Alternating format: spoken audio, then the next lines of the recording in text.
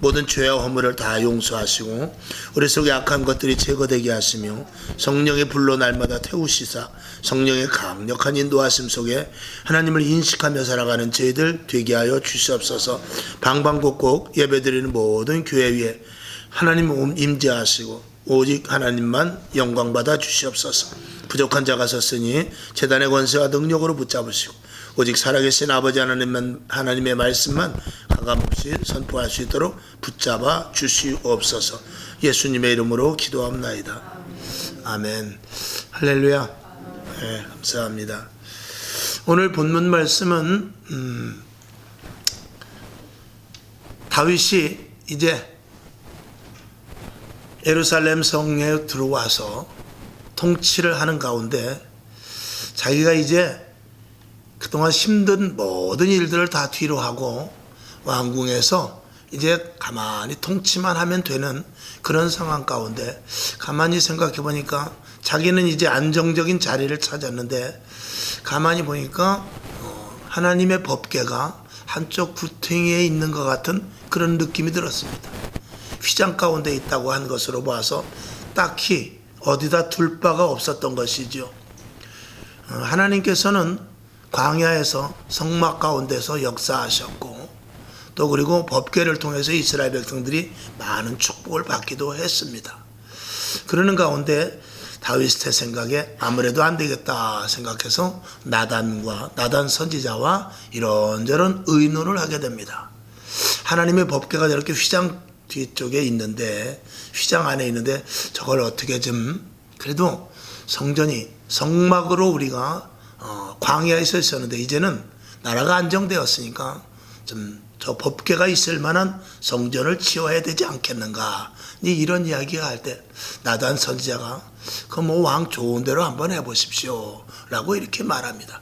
그때 하나님께서 나단 선지자에게 나타나고 또 그리고 이제 오늘 다윗에게 이야기가 전갈되어서 결국 성전을 그 아들 솔로몬이 짓는 데까지 가게 됩니다.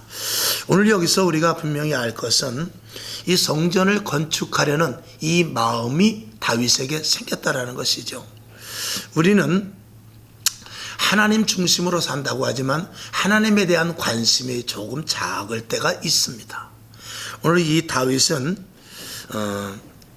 내가 성전을 지어서 하나님의 법궤를 좀 제대로 좀 모셨으면 좋겠습니다. 이미 그 이전에도 수레에다가 그 법궤를 가지고 가면서 불상사가 났던 그런 일들도 있었고 또 그것 때문에 화를 입은 적도 있었고 또 오베데돔의 집에서는 복을 받은 적도 있었습니다. 그런 여러 가지 우여곡절 끝에 이제 이 하나님의 법궤를 좀 잘 좀 모셔야 되겠다.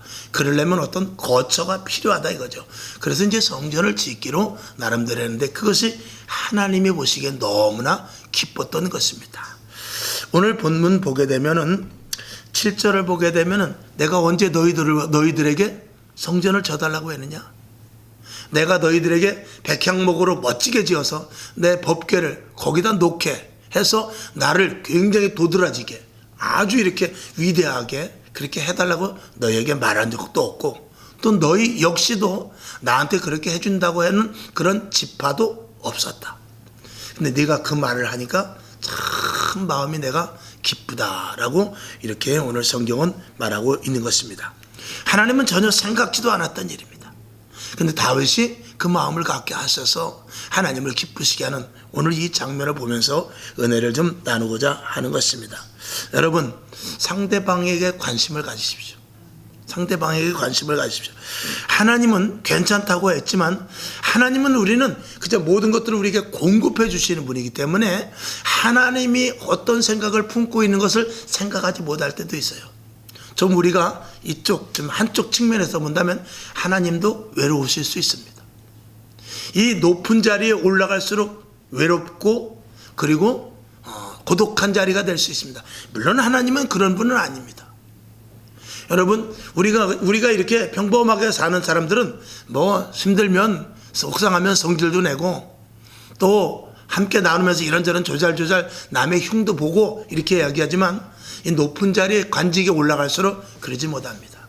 여러분 만약에 대통령이 쓸데없는 말 한마디 하면은요, 그게 뉴스에 파장을 일으켜가지고 정말 탄핵까지도 가는 그런 일이 생길 정도로 이 높은 자리에 올라가 있을수록 자기가 하고 싶은 말도 하지 못하는 그런 자리입니다. 그래서 하나님이라는 그 위치, 하나님은 하나님은 시건치 않으신 분이라고 그랬어요. 하나님은 헛소리를 안 하신다 그 말이죠. 그건 뭐냐면 그만큼 하나님의 위치와 하나님의 자리. 저도 마찬가지입니다. 저도 여러분보다는 더 헛소리를 하지 말아야 돼요. 제 말 한마디와 여러분의 말이 좀 틀릴 수도 있다, 그런 것이죠. 그 가치가 다를 수도 있음을 말하고 있습니다. 물론 함께 밥 먹으면서 이런저런 얘기할 수 있지만 제가 특별히 이 재단에 서서 이 말을 전할 때는, 하나님의 말씀을 선포할 때는 더더욱 엄청나게 중요하고 그리고 굉장한 가치를 두게 마련이죠. 그래서 이 다윗이 하나님을 그렇게 생각할 줄은 정말 몰랐던 거예요. 그 하나님이 거기서 감동을 받은 것이죠. 여러분, 우리 어머니는 항상 생선 머리만 먹는 게 아닙니다. 그걸 아셔야 돼요. 우리는 엄마는 생선 머리만 먹는다 이렇게 생각하지 않습니까? 그렇지 않습니다. 자식을 위하여서 머리를 드시고 생선을 우리에게 줄 뿐입니다. 그걸 언제 아느냐? 철들면 아는 거예요. 우리는 나보다 편안한 사람이 있는 것 같고, 나보다 사람이 좀 부유한 것 같고, 나보다 좀 높은 지위에 있고, 나보다 많은 것들을 아우를 수 있는 그런 사람을 보면, 아, 그 사람이 굉장히 편안하겠구나, 그 사람은 정말 누릴 것을 다 누리고 있겠구나, 그렇게 생각할지 모르지만 그 사람 속에도 고독함과 외로움과 그리고 그 사람이 말 못할 고민이 있다는 것을 우리는 알아야 돼요. 적어도 하나님도 다윗이 제가 성전을 지어드리겠습니다 했을 때 이 하나님이 굉장히 기뻤거든요. 오늘도 저와 여러분 옆에 있는 사람이 무슨 걱정을 하고 있는지, 옆에 있는 사람이 오늘도 편안하게 앉아있지만 정말 외롭고 답답하고 그런 마음을 갖고 있을 수도 있다는 것입니다. 오늘 우리는 그런 마음을 한번 가지면서 은혜를 나눠보고자 하는 것입니다. 예수님은 삭개오에게 찾아간 적이 있습니다. 그 삭개오는 키도 작고 세리였지만 다른 사람들에게 많이 이렇게 멸시를 받았습니다. 그러나 그는 돈이 많았고 그리고 굉장히 정말 살 만큼 산 사람입니다. 그러니까 다른 사람들이 볼 때 멸시를 하는 사람도 있었고, 저 사람은 부자니까 자기 마음대로 하고 싶은 거 다 하겠지, 그렇게 사람들은 생각했지만 삭개오는 굉장히 속으로 우울했고 그리고 한쪽에서는 소외감을 느꼈고 고독했던 사람이라고 볼 수 있습니다. 그때 예수님이 찾아가서 그를 내가 네 집에서 오늘 유해해야 되겠다 라고 이렇게 말하는 장면이 성경에 나옵니다. 마태복음 5장 7절엔 이런 말씀이 있습니다. 자, 우리 한번 볼까요? 시작. 긍휼히 여긴 자는 복이 있나니 저희가 긍휼히 여김을 받을 것이미요. 아멘. 돈이 많아도 늘 자랑을 늘어놓는 사람도 그 속에 답답함과 외로움과 고독함이 있을 수 있는 것입니다. 저와 여러분, 오늘 우리는 이 다윗이 하나님을 기쁘시게 했던 것과 마찬가지로 여러분, 하나님을 기쁘시게 하는 것과 더불어 내가 볼 때 저 사람이 괜찮다라고 하는 그런 사람까지도 아우를 수 있고 헤아릴 수 있는 마음을 가질 수 있기를 주님의 이름으로 축원합니다. 그건 뭐냐면 상대방을 헤아리는 것이죠. 상대방의 입장에서 내가 있어 보는 것이죠. 그리고 상대방도 나만큼 힘들다라는 것을 한 번씩은 우리가 생각하는 게, 이게 그리스도인으로서 특별히 세상 사람들을 바라보는 눈이 되어야 된다는 것을 말하고 있는 것입니다. 헨리 나우엔이라는 사람이 있습니다. 여러분이 아실 수도 있을 것입니다. 헨리 나우엔이라는 이 신학자가 있었는데 그 사람은 암스테르담 대학 그리고 예일대, 하버드대 교수로 있는 사람입니다. 그러니까 굉장히 똑똑하고 지식이 일반 신학자임에도 불구하고 특별한 아주 탁월한 머리를 가진 사람입니다. 정말 그 사람의 지식은 대단한 사람입니다. 그런데 그는 엄청난 지위를 가졌지만 그는 우울증이 걸렸습니다. 가서 강의를 하고 사람들에게 칭송을 받았음에도 불구하고 우울증을 걸렸습니다. 여러분, 돈 많은 사람 우울증 걸린 사람 많습니다. 그리고 지식 있는 사람 우울증 걸린 사람 많습니다. 그렇기 때문에 그런 것들을 분출하고자 하기 위해서 엉뚱한 짓들을 많이 하죠. 요번에 보니까 가수인가요? 탤런트인가요? 유아인이가 뭐 마약을 했다 어쩌다 그런 말이 지금 뉴스에 어제 보니까 나오더라고요. 유아인이 저 누군지는 잘 모르겠습니다. 유아인가? 유아인이라고 있대요. 그렇게 인기 절정에 있는 그런 탤런트요? 연기자지만 그는 괴로웠던 것입니다. 보이지 않게 어디다가 분출하지 못하는 그 무엇들이 있었던 것이죠. 이 헨리 나우엔이라는 사람도 지식이 그렇게 가득하겠지만 외롭고 혼자 고독감을 느끼지 못해 결국은 우울증이 걸렸습니다. 어떻게 할까 생각하다가 나름대로 기도하는 중에 그 장애인 시설에 가서 돕기로 했습니다. 장애인 시설을 가서 사람들을 보니까 정말 너무나 처참하죠. 거기 가서 자기 자신을 소개합니다. 나는 신학자이고 그리고 하버드대 교수인 헨리 나우엔이라는 사람입니다. 그랬더니 하버드가 뭔데? 헨리가 무슨 뜻인데? 나우엔 이름도 이상하네. 그러면서 자기 자신에 대해서 어디 가도 자기 이름을 내놓고 하버드대 나왔다고 하면 다 이렇게 보는 눈이 달라지는데 그 장애인 시설에 갔는데 전혀 알지도 못하고 하버드 하자도 모르는 그런 사람들인데 거기 가서 가만히 자기를 대보니까 자기는 거기에서 교수도 아니고 자기는 거기에서 위대한 사람도 아니고 자기는 거기서 자기를 높여주는 그런 위치에 있지도 않더라는 것입니다. 야, 여기는 그냥 나는 나일 뿐이구나 하면서 그래, 여기는 누가 나를 알아주는 것도 아니고 여기가 내가 여기 이왕에 왔으니 내가 이들을 위해서 한번 헌신봉사 해보리라. 그러면서 그들을 위해서 최선을 다하여 헌신봉사했을 때 그의 우울증이 사라지고 거기서 큰 기쁨을 얻었다라는 것입니다. 나보다 남을 낮게 여길 때, 나보다 남을 생각할 때, 그리고 남을 배려할 때 자기 자신에게 기쁨과 감사와 축복이 넘친다는 사실이죠. 오늘 우리는 부유했지만 관심 밖에 있는 사람들이 있습니다. 또 겉보기에는 저 사람이 괜찮은 사람이다 하지만 속에 걱정 근심이 가득 찬 사람도 있습니다. 겉으로는 모릅니다. 대화 몇 마디 나누어서 모릅니다. 한 달을 만나도 1년을 만나도 그 속을 모를 수도 있습니다. 세상엔 그런 사람들이 많습니다.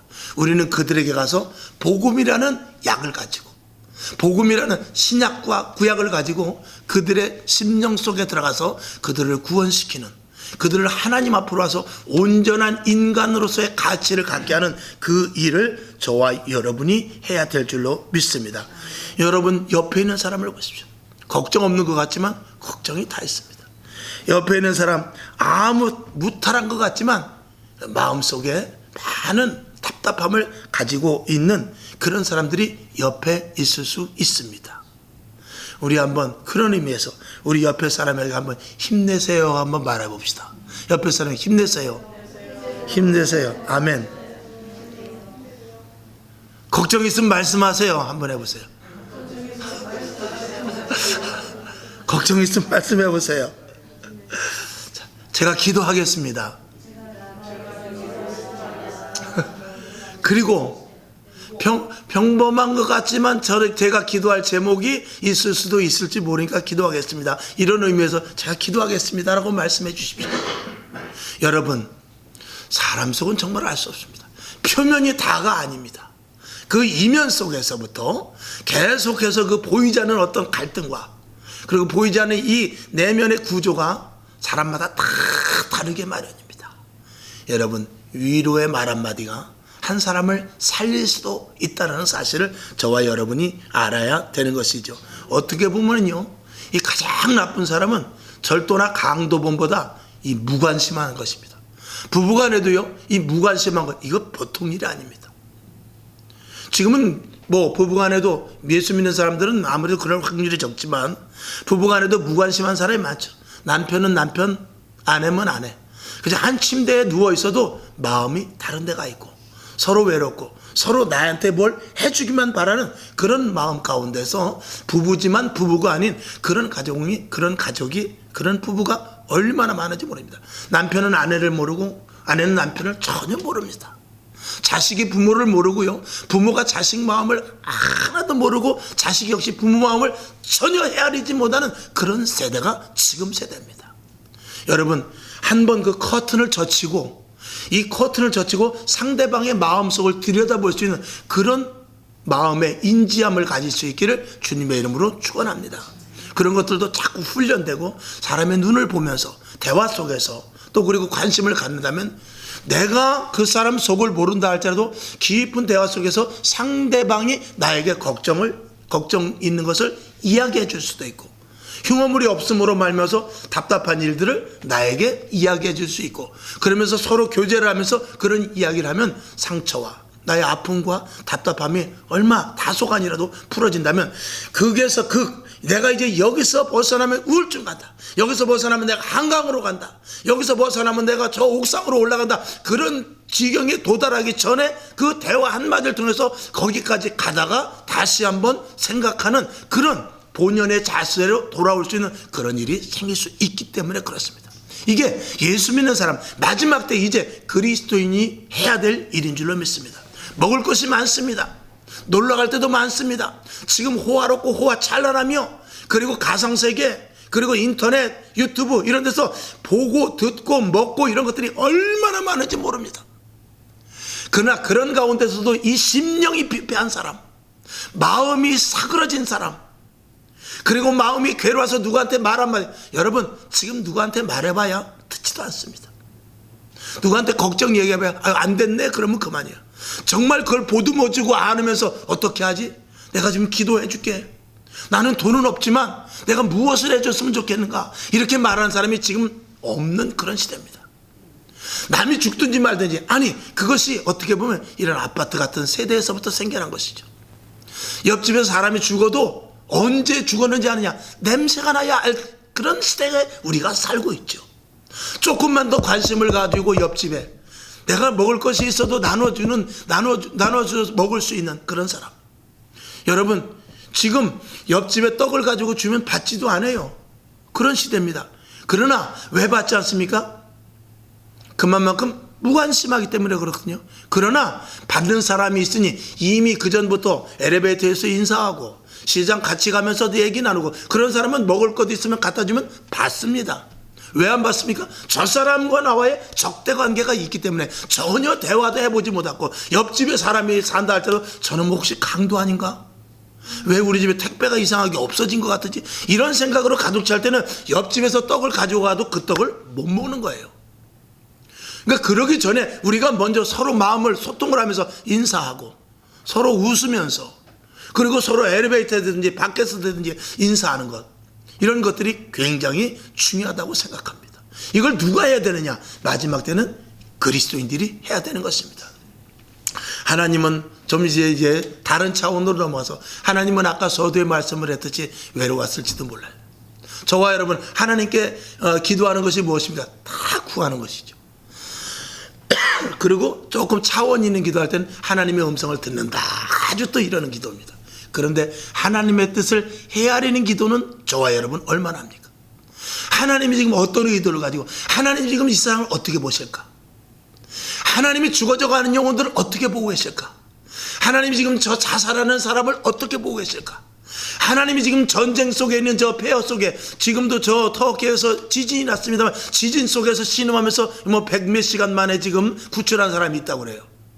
그 한 영혼을 하나님이 어떻게 보고 있을까? 이런 것들을 한번 조금이라도 헤아리면서 우리가 예수 믿는 사람으로서 살아간다면 조금 더 이 세상은 그리스도인들의 그 영역이 좀 넓어질 줄로 믿습니다. 그리스도인들의 숫자가 많아서가 아니라 그런 배려와 관심과 그런 이 세상을 보는 눈이 달라질 때 이 그리스도인의 가치가 극대화됨으로 말하면서 이 세상 가운데 그리스도인이 차지하는 비율이 크게 된다는 것이죠. 저와 여러분 주님은 우리들에게 말합니다. 너희는 세상의 빛이라고 그랬어요. 너희는 세상의 소금이라고 그랬어요. 이 빛은 어둠 가운데 비춰지는 것입니다. 소금은 이 맛없는 세상을 맛있게 만드는 것입니다. 그것을 누가 해야 됩니까? 우리 그리스도인들이 해야 돼. 나도 죽고 나 살기도 지금 바쁘단 말이죠.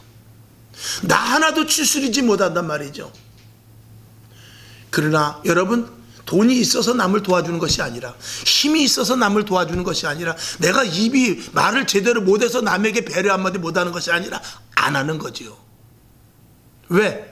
그게 싫은 겁니다. 왜? 세상이 그렇게 돌아가기 때문에. 그러나 세상이 어떻게 가든지 간에 우리는 그래서는 안 된단 말입니다. 우리는 그리스도인으로서 하나님의 자녀로서 빛과 소금의 역할을 감당하고 하나님께서 주신 은혜, 하나님께서 주신 은혜와 더불어 예수 그리스도의 권세와 능력을 우리에게 부여해서 주셨으니 그런 모든 잡다한 일들이 다 마귀의 괴계에서부터 나오는 것이거든요. 그런 것들을 이길 수 있고 제어할 수 있는 힘이 하나님의 권세와 예수 그리스도의 이름과 성령의 강력한 역사거든요. 그걸 우리에게 주셔서 세상을 그렇게 아우르라는 것입니다. 저와 여러분에게 그 은혜가 있기를 주님의 이름으로 축원합니다. 로마서 13장 9절을 한번 보겠습니다. 시작. 간음하지 말라, 살인하지 말라, 도적질하지 말라, 탐내지 말라 한 것과 그 외에 다른 계명이 있을지라도 내 이웃을 내 자신과 같이 사랑하라 하신 그 말씀 가운데 다 들었느니라. 내 이웃을 사랑한 이것이 살인하지 말라, 도적질하지 말라 이런 거 부분보다도 더 먼저 작동이 되어야 된다는 것입니다.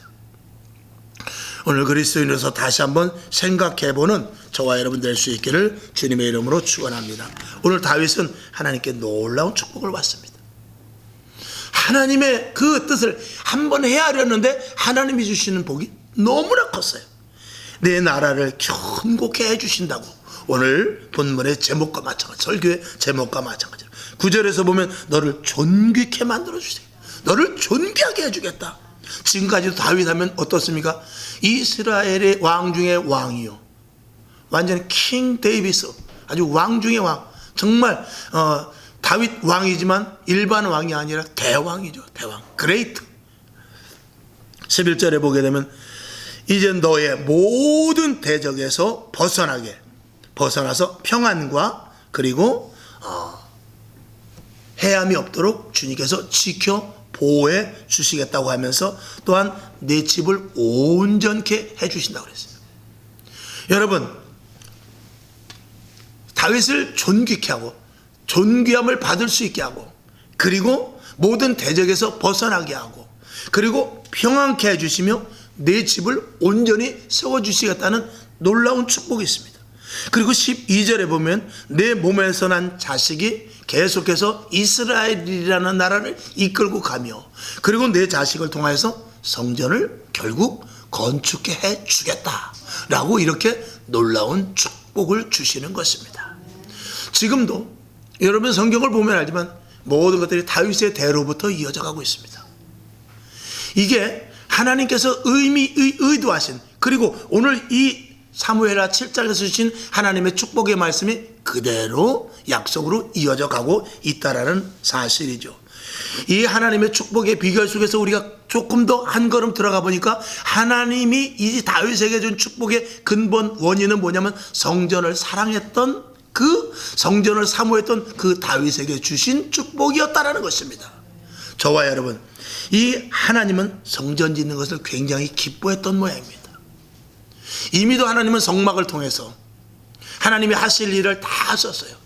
근데 그냥 성막으로 그치지 않냐고 성전을 지을 수 있는 그 마음을 다윗에게 주셨고, 다윗은 그것을 하나님께 고하였고 하나님은 그것을 엄청 기뻐하셨던 것이죠. 하나님은 제사를 받으시기 원합니다. 언제든지 제사 지내는 자리에, 예배 드리는 자리에는 항상 주님이 함께 하십니다. 역설적으로 말하면 우리는 언제든지 모였다면 예배 먼저 드려야 돼요. 그리고 하나님은 찬송을 매우 좋아하십니다. 하나님은 찬송 받으시기 합당한 분이라고 그랬어요. 예배와 찬송, 이걸 하나님은 굉장히 기뻐하시는데 그 예배와 찬송을 드릴 자리를 이 성전을 통해서 하나님께서 허락해 주시는 것이죠. 그러니 하나님이 얼마나 기뻤겠습니까? 시편 135편 21절을 한번 보죠. 시작. 예루살렘에 거하신 여호와는 시온에서 찬송을 받으실지어다. 할렐루야, 아멘. 이 시편을 쓴 이 사람은 하나님이 찬송을 받으시는 것을 얼마만큼 기뻐하시는지를 알고 있었던 것이죠. 이 교회는 거룩한 성전입니다. 거룩한, 하나님이 계신다는 그런 의미에서의 거룩인 것입니다. 그리고 하나님의 자녀들이 있다는 의미에서의 거룩이죠. 하나님의 성산이라고도 말합니다. 왜냐하면 그 성산에서 기도하는 것이죠. 그래서 내 집은 만민이 기도하는 집이다 이렇게 말씀을 하고 있죠. 그리고 예수님의 몸이다라고 결론을 내리고 있습니다. 시편 84편 10절을 봅니다. 시작.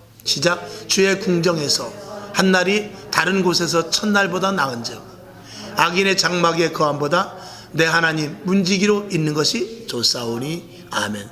사도 바울은 그가 정말 하나님 앞에 내가 달려갈 길을 다 가고 그 앞에 상급받기를 원하고 있어요. 우리가 구원받는 것에 있어서 하나님 앞에 상급받는 것도 당연히 해야 되지만 우리는 어떻게 해서든지 구원받아서 저 하나님 앞에 문지기로 있는 데까지라도 갈 수 있어야 돼요. 그건 뭐냐면 천국은 반드시 가야 된단 말입니다. 상급을 물론 우리가 받아야 되지만 혹시 상급이 적다 할지라도 천국은 반드시 가야 됩니다. 절대로 천국은 놓쳐서는 안 됩니다. 우리 한번 따라해 봅시다. 우리는 지옥 가기는 틀렸다. 아멘. 제가 가끔 왜 이렇게 말씀을 드리겠습니까? 자꾸 머릿속에 그런 것들을 각인시켜서 우리는 천국 백성 하나님의 택한 자라는 것을 머릿속에 항상 각인하고 힘들고 어려운 일이 일어난다 할지라도 늘 승리하며 나가라 그 말입니다. 늘 승리할 것을 믿고 나가라 그 말입니다. 하나님의 도우심을 믿으라 그 말씀인 것입니다.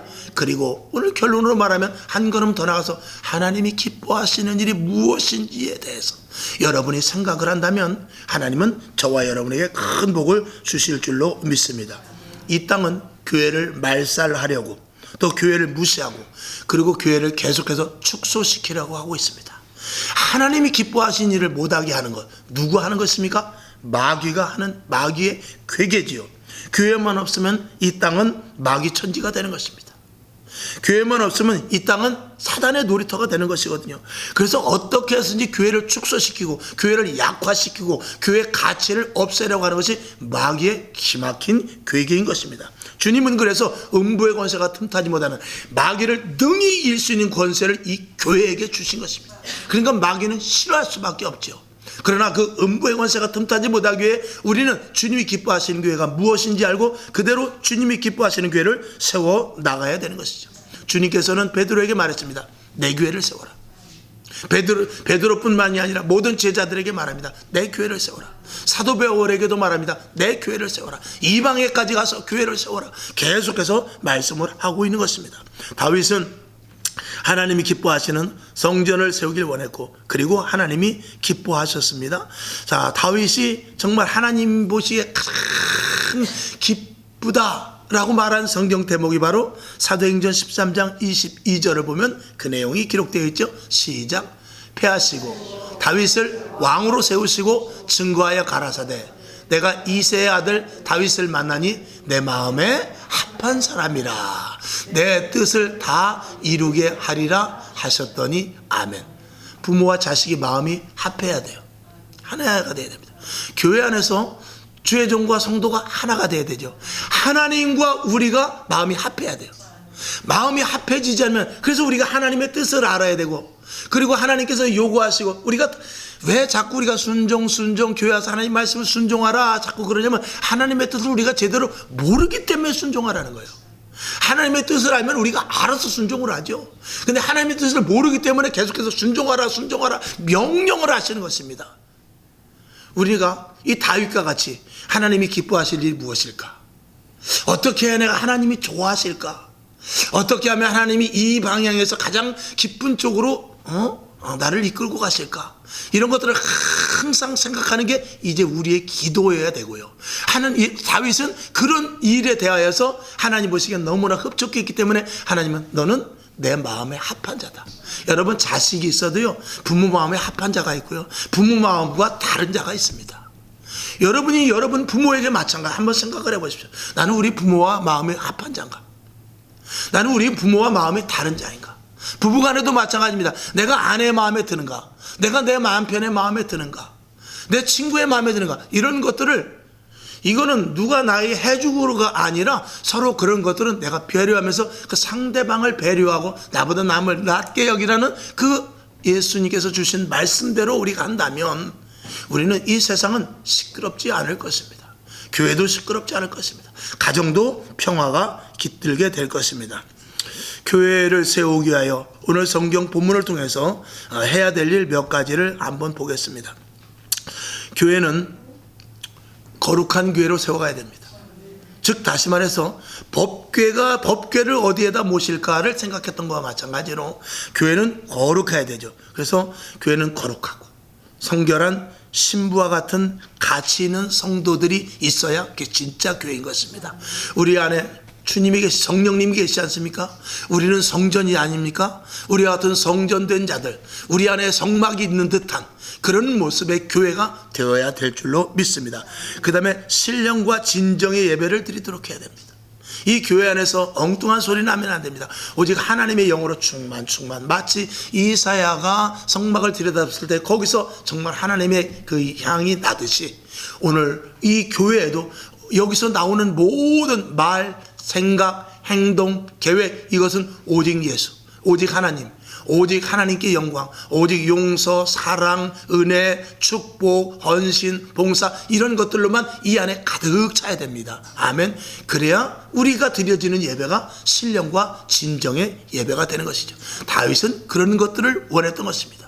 그러니까 내가 성전 문지기라도 내가 있으면 좋겠다 하고 그 성전에 대한 그 거룩성을 극대화시킨 것이죠. 그 다음에 교회는 성령의 불이 꺼지면 안 됩니다.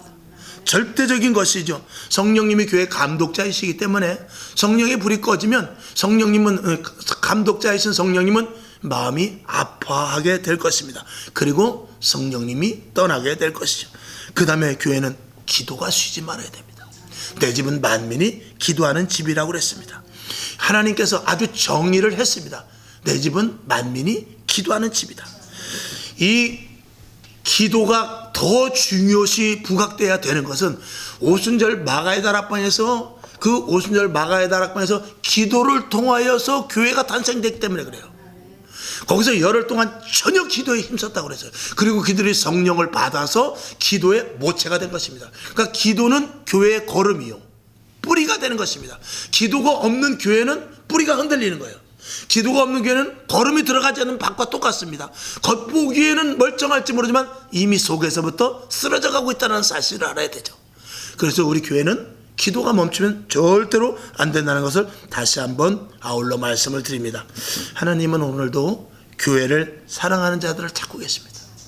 어떻게 하면 주님이 기뻐하시는 교회를 세울까 생각하는 자들에게 복을 주시려고 오늘도 준비하고 계신다는 사실을 저와 여러분 분명히 믿으시기를 바라며, 교회를 바르게 세워갈 일꾼들을 찾고 계시며, 교회는 주님의 몸이기 때문에 그렇습니다. 아멘.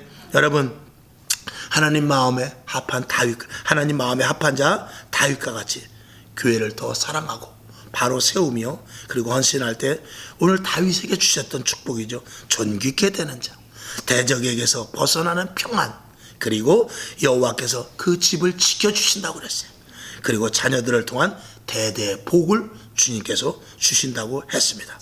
나를 살리고 가정을 살리고 이웃을 살리며 나라를 살리는 데까지 가는 약속하신 하나님의 놀라운 축복이 주님의 몸된 교회를 세우길 원하는 저와 여러분을 통하여 계속해서 끊임없이 일어나기를 주님의 이름으로 축원합니다.